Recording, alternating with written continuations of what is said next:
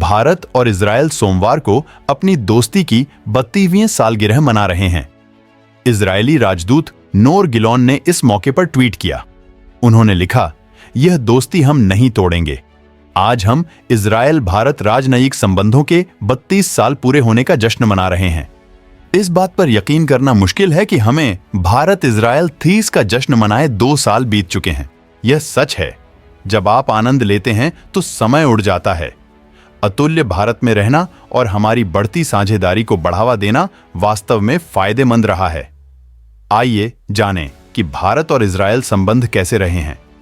Israel 1947 में बन गया, लेकिन भारत ने 1992 तक उसके साथ राजनयिक संबंध स्थापित नहीं किए। इजरायल भारत की हमेशा मदद करता रहा है। 3 मई 1999 को कारगिल के द्रास सेक्टर में पाकिस्तान के सैनिकों की ओर से घुसपैठ की गई। इसके जवाब में ऑपरेशन विजय की शुरुआत की गई। हालांकि तब भारतीय सेना के पास ऐसे एडवांस मिलिट्री और टेक्निकल उपकरण नहीं थे जो पाकिस्तानी सैनिकों के बंकर को लोकेट कर तबाह कर सके।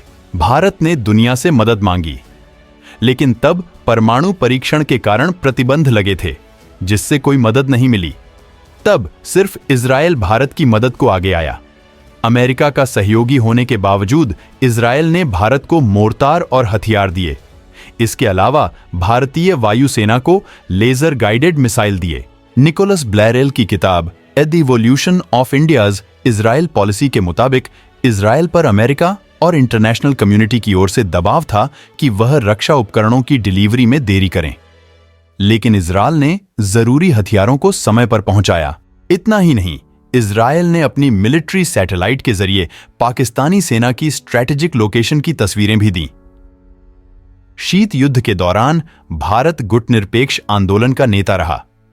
उसने अरब दुनिया और सोवियत संघ के साथ घनिष्ठ संबंध स्थापित किए। फिलिस्तीन के लिए भारत के दृढ़ समर्थन के बावजूद इजरायल से संबंध बिना दुनिया को दिखाए बढ़ते रहे। सोवियत यूनियन के टूटने से शीत युद्ध समाप्त हो गया।